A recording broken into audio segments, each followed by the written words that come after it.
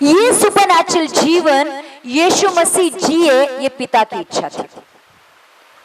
वो हर समय लिखा है कि यीशु मसीह परमेश्वर का पुत्र होने के बावजूद भी, यीशु मसीह खुद वचन होने के बावजूद भी, यीशु मसीह खुद परमेश्वर होने के बावजूद भी वो हर दिन प्रार्थना करता था।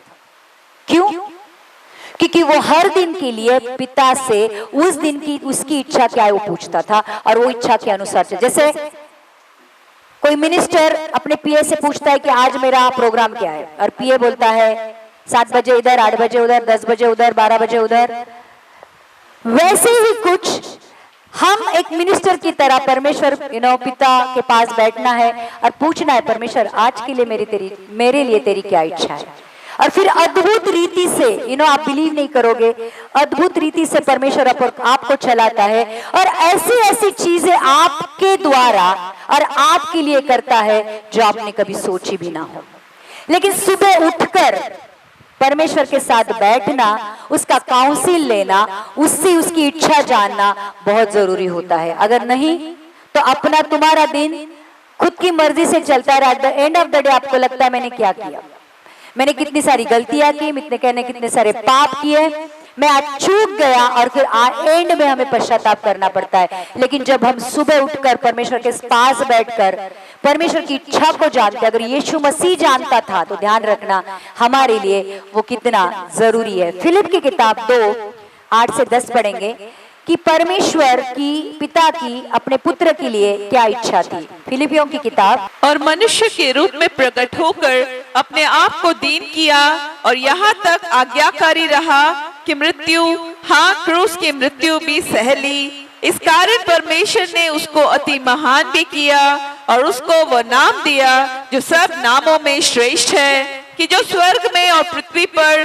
और पृथ्वी के नीचे है वे सब यीशु के नाम पर घुटने टेकें। यीशु मसीह जो आदि में वचन था, जो परमेश्वर के पास था, जो परमेश्वर था, देहधारी होकर इस दुनिया में आया। यीशु मसीह मनुष्य बन गया और लिखा है अपने आप को दीन किया। परमेश्वर होने के बावजूद भी यीशु मसीह ने अपने आप को नम्र किया, दीन किया, सेवक बनाया और यहाँ तक आज्ञाकारी रहा कि मृत्यु, हाँ क्रूस की मृत्यु भी सह ली। तो पिता की अपने पुत्र के लिए क्या इच्छा थी? क्रूस पर चढ़ना। कोई पिता अपने पुत्र के लिए अगर कुछ लिखता है, अगर हमारे पिता को हमारे जीवन के बारे में लिखना है, या मैं माँ हूं, अगर मेरे बच्चे के बारे में मुझे जीवन को लिखना है, अगर मुझे मेरे बच्चे का जीवन लिखना है, तो मैं कभी क्रूस वाली मृत्यु लिखूंगी या कभी मैं मेरे बच्चे के लिए मृत्यु लिखूंगी? नहीं। लेकिन पिता ने अपने पुत्र के लिए मृत्यु, यहाँ क्रूस वाली मृत्यु लिखी थी और पुत्र ने भी उस मृत्यु से होकर पिता की आज्ञा को माना। जब जाके क्या हुआ?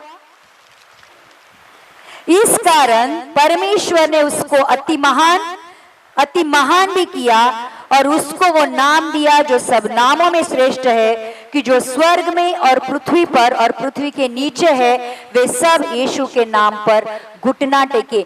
यीशु मसीह परमेश्वर का पुत्र होने के बावजूद भी उसको महान बनने के लिए, अति महान बनने के लिए, जिसके नाम को श्रेष्ठ होने के लिए उसको भी आज्ञाकारी होना पड़ा।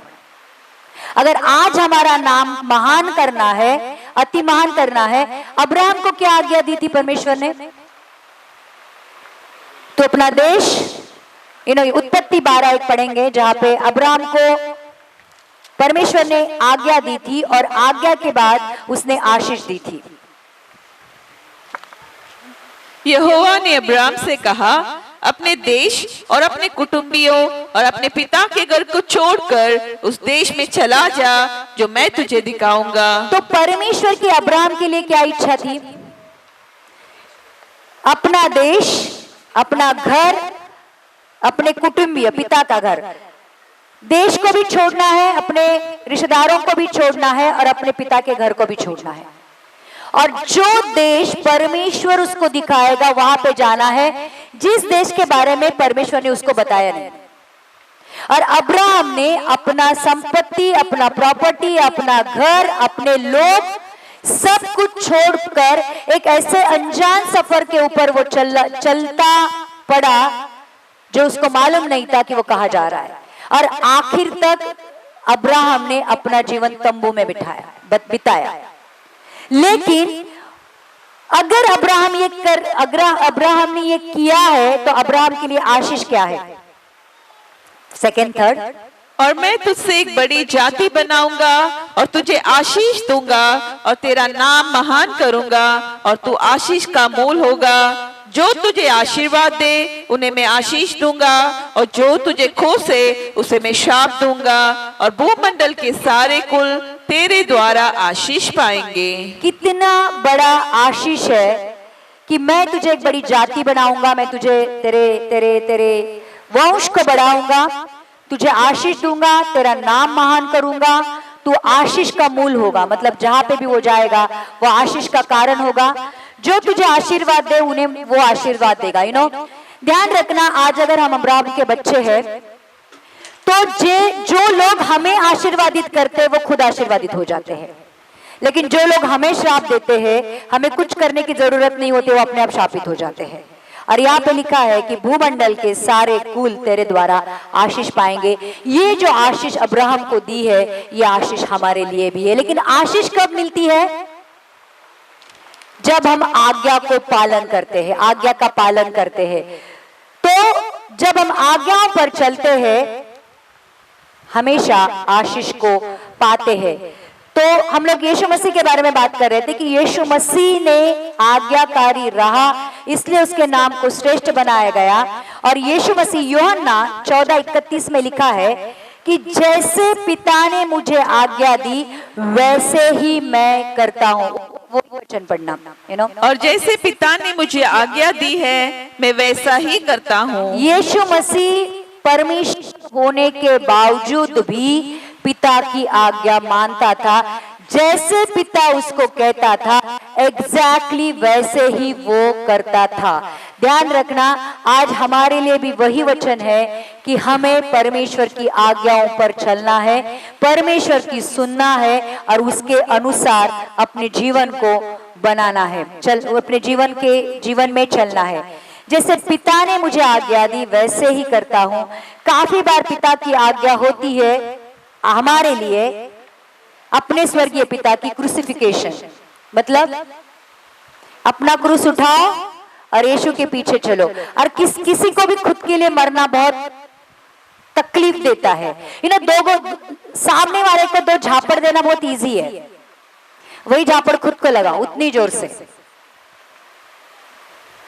जब भी हम लोग ब्लड टेस्ट करते हैं, जब मैं डॉक्टर हूं तो मैं फटाक से दूसरों को निडल घुसाती हूँ या फटाक से इंजेक्शन देती हूँ, लेकिन अगर वही मुझे लेना है खुद से तो मैं कभी भी खुद का ब्लड खुद नहीं ले सकती हूँ, मैं खुद को चोट नहीं पहुंचा सकती।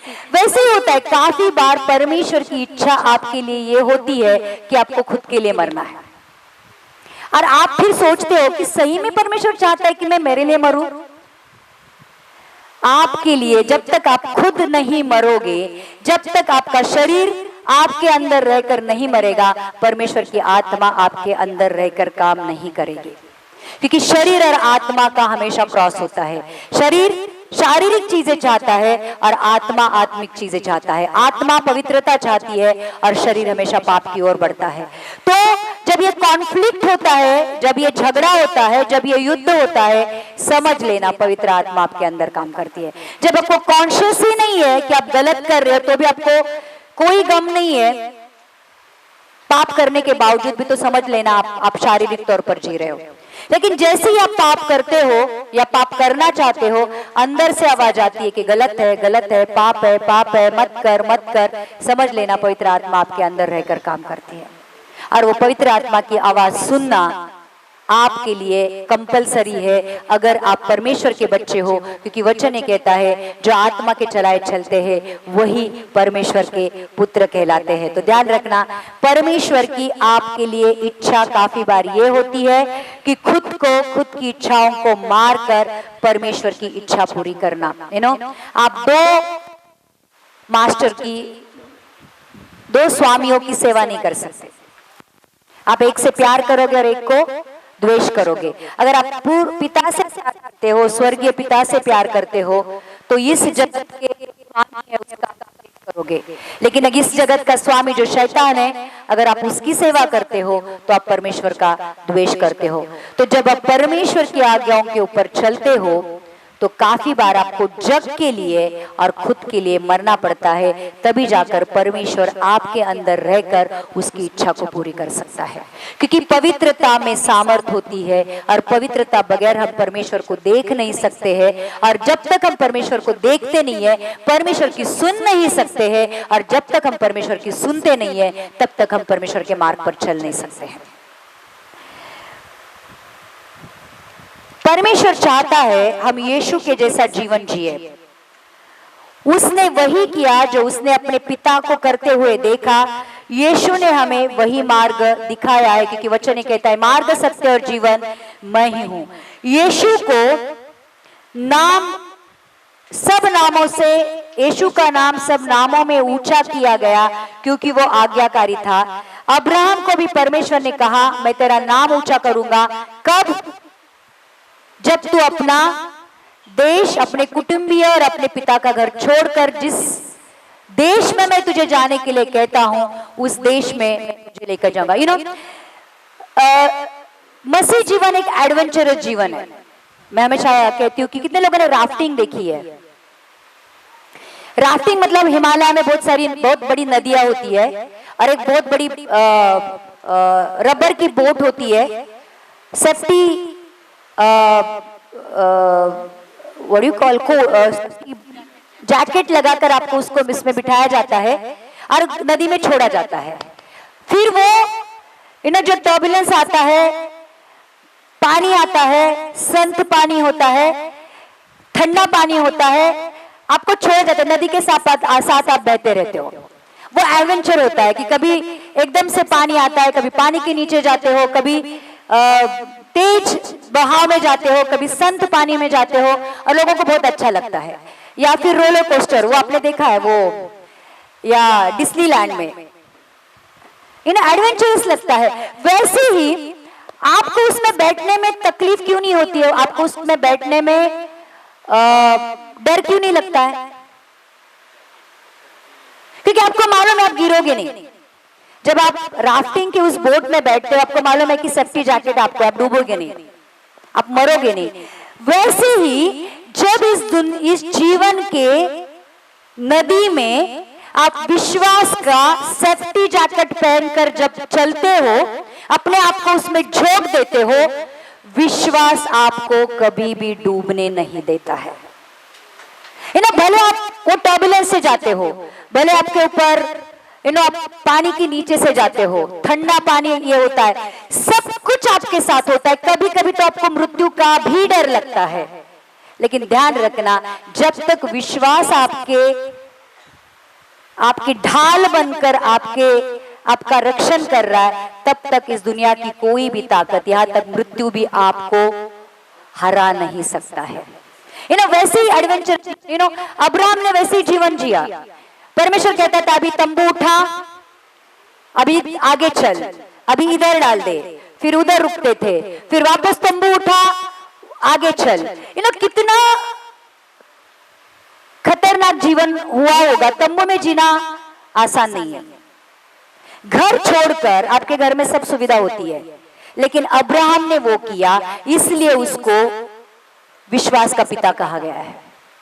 हमें भी, जो हम जीवित परमेश्वर के ऊपर, सच्चे खुदा के ऊपर विश्वास रखकर जीते हैं, कुछ भी क्यों ना हो आपके जीवन के साथ, आपको मालूम होता है कि मेरा चलाने वाला, मेरे देने वाला, मेरा रक्षण करने वाला, मुझे सुधारने वाला परमेश्वर ऊपर बैठा है, जिसके ऊपर आपका विश्वास है। वो कभी आपको डूबने नहीं देगा, वो आपका कभी नाश नहीं होने देगा। अगर आप गलतियां भी करते हो, पाप भी करते हो, वो अच्छे पिता की तरह दो रट्टे लगाएगा, लेकिन वापस अपने मार्ग पर आपको लेके आएगा। ये विश्वास होना जरूरी है, क्योंकि अब्राहम ने भी, परमेश्वर ने जो कहा, और इसलिए परमेश्वर ने अब्राहम का भी नाम ऊंचा किया, उसको विश्वास का पिता कहा, उसको धार्मिकता उसके साथ जोड़ी गई। और वैसे ही जब हम परमेश्वर की आज्ञाओं को पर चलते हैं, ध्यान रखना हमारा नाम भी ऊंचा किया जाएगा। कितने लोगों को लगता है मेरा नाम ऊंचा हो? ऐसे नहीं होता है। जब परमेश्वर की सुनकर चलते हैं, सारी चीजें, अब्राहम की आशीषें जो भौतिक है, अब्राहम के लिए परमेश्वर ने भौतिक आशीषें दी थी, वो भी हमें मिलती है। और आत्मिक आशीषें जो यीशु मसीह ने, आइए हम लोग वो वचन देखते हैं। इफिस की किताब 1:3 पढ़ते हैं, 1:3-5 पढ़ते, मतलब इफिस 1:3 से 5। हमारे प्रभु यीशु मसीह के परमेश्वर और पिता का धन्यवाद हो कि उसने हमें मसीह में स्वर्गीय स्थानों में सब प्रकार की आत्मिक आशीष दी है। तो यहाँ पे ये वचन बहुत गहराई वाला है, उसको एकदम से धड़ाम से नहीं पढ़ना है। हमारे प्रभु यीशु मसीह के परमेश्वर कौन है? पिता। पिता का धन्यवाद हो कि उसने हमें मसीह में, किसमें? मसीह में स्वर्गीय स्थानों में सब प्रकार की आत्मिक आशीष दी है आपके लिए। आपको आशीष पहले कहाँ मिलती मालूम है? आत्मिक तौर पर। आपको आत्मिक तौर पर दिया जाता है, आपको पैसा आत्मिक तौर पर दिया जाता है, जो स्वर्ग में छोड़ा जाता है फिर आपको पृथ्वी पर मिलता है। तो आपके जीवन के लिए सारी आत्मिक आशीषें यीशु मसीह में स्वर्गीय स्थानों में रखी हुई है। आपको सिर्फ इनकैश करनी है। विश्वास का चेक आपको दिया गया है, आपको सिर्फ डिपॉजिट करना है। आपको सारी, आप सिर्फ परमेश्वर इसलिए कहता है, परमेश्वर ने ऐसा ही नहीं कहा कि मांगो तो दिया जाएगा, क्योंकि वो देने की दानत रखता है। जो कुछ भी आप यीशु मसीह के नाम से मांगते हो आपके लिए दिया जाता है, क्योंकि देने वाला मांगने वाले से बड़ा है। तुम कितनी भी बड़ी चीज मांगो, देने वाला दे सकता है, क्योंकि उसमें देने की दानत भी है और देने की ताकत भी है। ये जानना बहुत जरूरी है। ये विश्वास है कि मेरा असंभव को संभव करने वाला परमेश्वर है। मेरा परमेश्वर मृतों में जान डालने वाला परमेश्वर है। मेरा परमेश्वर चीजों को ऐसे बुलाता है जो चीजें है ही नहीं उनको पैदा कर सकता है। इस दुनिया में कोई भी ऐसा नहीं कि जो नहीं है वो पैदा कर सकता है। आपकी पैदा की हुई चीजों में से कुछ बना सकते हो, लेकिन आप चीजें पैदा नहीं कर सकते हो। ध्यान रखना, सिर्फ परमेश्वर ही चीजों को पैदा कर सकता है। तो हमारा परमेश्वर चीजों को, जो चीजें है ही नहीं, ऐसे बुलाता है कि जैसे वो है। उसने कहा प्रकाश हो, प्रकाश नहीं था, प्रकाश हो गया। जो नहीं था, इसलिए जो चीजें अस्तित्व में नहीं, अगर आप वो भी मांगते हो, परमेश्वर वो भी देने की आपको ताकत रखता है। तो परमेश्वर ने हमें उत्पत्ति से पहले ही चुना है और हमारे लिए योजना भी बनाई। आइए हम लोग चौथा वचन पढ़ते हैं। जैसे उसने हमें जगत की उत्पत्ति से पहले उसमें चुन लिया कि हम उसके निकट प्रेम में पवित्र और निर्दोष हो। परमेश्वर ने उत्पत्ति से पहले ही आपको यीशु मसीह में चुना है, ताकि आप, उत्पत्ति से पहले ही परमेश्वर ने आपको निर्दोष और पवित्र कर कर ठहरा दिया है। क्यों? क्योंकि मालूम है परमेश्वर को कि जब आप इस दुनिया में आओगे, सुसमाचार आपके पास आएगा, सुसमाचार को आप ग्रहण करोगे, यीशु मसीह को ग्रहण करोगे, उसके लहू के द्वारा आपके सारे पापों की क्षमा होगी और यीशु मसीह में आप निर्दोष और पवित्र पाए जाओगे। तो उत्पत्ति से पहले ही तुम्हारे लिए ये प्लान है कि आप कितने भी बड़े पाप करो तो भी यीशु मसीह का लहू आपके सारे पापों को धो डालने वाला है। इसलिए उसने कहा है कि उत्पत्ति से पहले ही उसमें, यीशु मसीह में हमें चुन लिया गया है और उसके निकट प्रेम में हमें पवित्र और निर्दोष ठहराया गया है, और अपनी इच्छा के भले अभिप्राय के अनुसार हमें अपने लिए पहले से ठहराया कि यीशु मसीह के द्वारा हम उसके ले पालक पुत्र हो। तो उसके इच्छा के भले अभिप्राय के अनुसार हमें पहले से ही ठहराया गया है कि यीशु मसीह के द्वारा हम पिता के ले पालक, मतलब दत्तक पुत्र ठहराए जाए। आज हम यीशु मसीह के द्वारा परमेश्वर के पुत्र हैं। तो हम हमारे जीवन के लिए परमेश्वर के ऊपर विश्वास कर सकते हैं। ध्यान रखना, जिसके ऊपर आप विश्वास करते हो आप उसके जैसे बनते हो। ये ट्रुथ है। आप जिसके ऊपर विश्वास करते हो आप उसके जैसे बनते हो। अगर आपने जीवित परमेश्वर के ऊपर, सर्व सामर्थ्य, सर्वज्ञानी, सर्वव्यापी परमेश्वर के ऊपर विश्वास किया है तो आप उसके जैसे बनने लगते हो। उसे मालूम है हमारी क्या, कब, कौन सी जरूरत है और उसे अपने तरीके से वो पूरी करना भी जानता है। जब हम, जैसे मैंने कहा कि वो राफ्टिंग की तरह, जब हम उस बोट में बैठ जाते हैं, विश्वास का सेफ्टी जैकेट पहन लेते हैं, ध्यान रखना अब हमें हमारे जीवन के लिए किसी भी बात की चिंता करने की जरूरत नहीं है, क्योंकि वो कहता है तू किसी भी बात की चिंता मत कर, मैं तेरी चिंता कर रहा हूं। मांगने से पहले ही वो जानता है कि आपको किस चीज की जरूरत है और वो सारी चीजें आपके लिए उसने ऑलरेडी दे चुका है। आपको सिर्फ बिंदास, मसीह जीवन एक तरह से बिंदास जीवन है। ना कोई गम है, ना कोई तकलीफ है, ना कोई प्रॉब्लम है। वो तो हमारे ऊपर है कि हम कितना गम लेते हैं, कितनी चिंता करते हैं और कितना प्रॉब्लम को गले लगाकर रोते रोते जीते हैं। वो कहता है अपने सारे बोझ मेरे ऊपर डाल। वो कहता है इस दुनिया में तुझे दुख होंगे लेकिन धीरज धर, मैंने दुनिया को जीत लिया है। उसने तुम्हारे लिए सब कुछ पूरा कर लिया है, लेकिन उस पूरा में से आप कितना लेते हो ये आपके ऊपर है। अगर आप पूरा में से पूरा लेते हो तो आपके जीवन के लिए आपको चिंता करने की थोड़ी भी जरूरत नहीं है, क्योंकि चिंता करने वाला आपका ऊपर बैठा है। आज एक्चुअली सवाल ये है, मुझे अपनी इच्छाओं पर चलकर नॉर्मल नेचुरल जीवन जीना है या परमेश्वर की इच्छाओं पर चलकर एक्स्ट्रा ऑर्डिनरी सुपर नेचुरल जीवन जीना है। कितने लोग यीशु मसीह की तरह जीवन जीना चाहते हैं? प्रार्थना की, कबूल, लंगड़े चलने लगे, अंधे देखने लगे, पैसे का यीशु मसीह के अंदर ताकत था कि मछली के मुंह से वो सिक्का निकाल सकता है। 5 रोटी 2 मछली 5000 पुरुष और पता नहीं कितने सारे स्त्री और बच्चों में वो बांट सकता है। ये सुपरनैचुरल जीवन अगर आपको जीना है तो परमेश्वर की इच्छाओं पर चलना, क्योंकि परमेश्वर चाहता है कि यीशु मसीह ने जो काम किए उससे भी बढ़कर काम आप करो। लेकिन क्या करना है? सुनना है। अपने कानों को परमेश्वर की आवाज के लिए ट्यून करना है। ट्यून करना पड़ता है, ध्यान रखना। बहुत सारी आवाज में परमेश्वर की आवाज जो स्टिल स्मॉल वॉइस है, परमेश्वर की आवाज को कहा है धीमी आवाज है, वो चिल्लाता नहीं है। हमारी माँ हमारे बाप चिल्लाते हैं आवाज सुनते नहीं है तो, या हम अपने बच्चे के ऊपर चिल्लाते नहीं सुनता है तो परमेश्वर वैसा नहीं कहता है।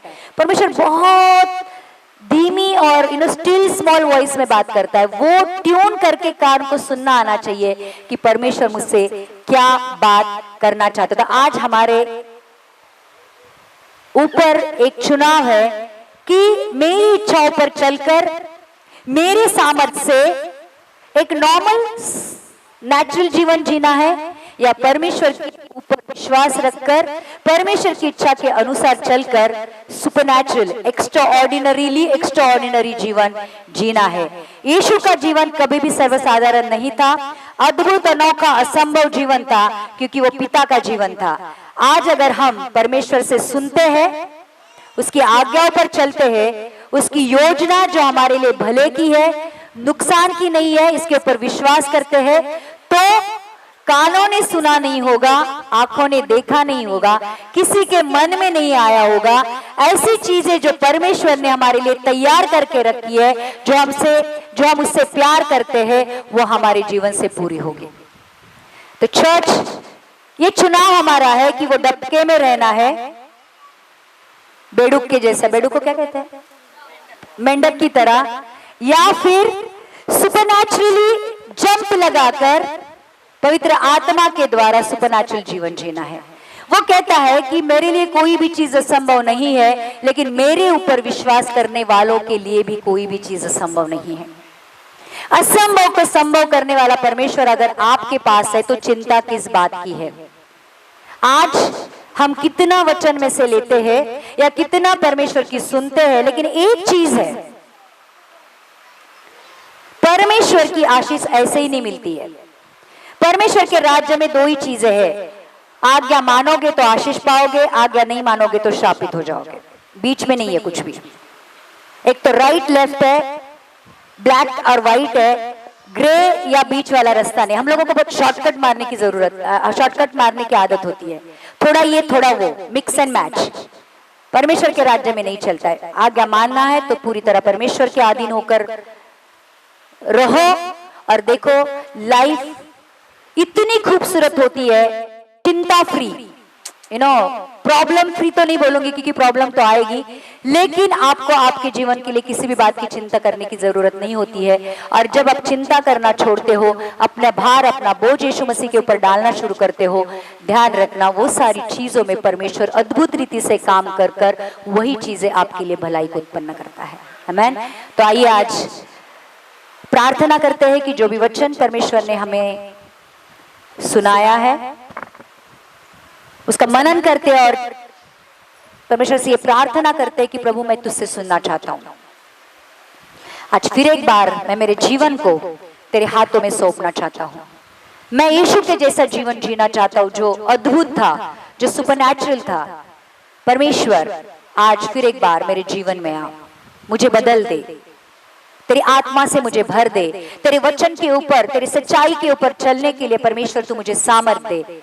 और जिस काम के लिए तूने मुझे इस पृथ्वी पर भेजा है वो काम करके मैं वापस तेरे पास चला जाऊं और तू मुझे कहे कि धन्य है मेरे सेवक, ये शब्द सुनूं।